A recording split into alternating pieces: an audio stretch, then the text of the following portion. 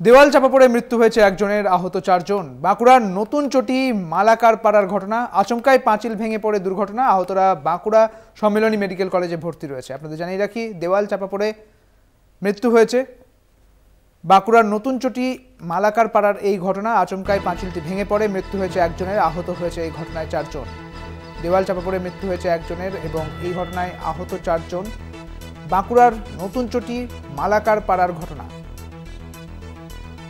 তবে ঠিক কী কারণে এই দেওয়াল ভেঙে পড়ে তা এখনো পর্যন্ত জানা যায়নি। আচমকায় পাঁচিল ভেঙে পড়েছে বলে জানা যাচ্ছে। তবে এই দুর্ঘটনাকে কেন্দ্র করে একজনের মৃত্যু হয়েছে বলে জানা যাচ্ছে এবং আহতরা এখন বাঁকুড়া সম্মিলনী মেডিকেল কলেজে ভর্তি রয়েছে, চিকিৎসা চলছে তাদের।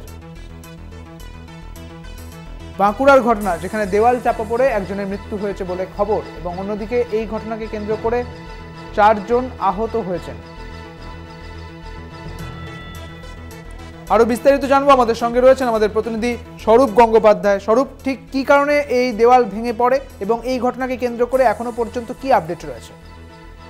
সুদীপ্ত, দেখো, বাঁকুড়া শহরের নতুন চটি এলাকায় একটি ইটের পাঁচিল, যেটি মাটি দিয়ে গাঁথনি করা ছিল এবং সেই জলের কারণেই সেই পাঁচিল ভিজে যায় এবং গতকাল সন্ধ্যাবেলাতে বেশ কয়েকজন যুবক সেখানে বসেছিল এবং বসার পরেই হুড়মুড়িয়ে সেই তাদের গায়ে পড়ে যায় পাঁচিলটি এবং এলাকার মানুষ আওয়াজ পেয়ে, চিৎকার শুনতে পেয়ে তাদেরকে উদ্ধার করে বাঁকুড়া মেডিকেল কলেজে নিয়ে যাওয়া হয়।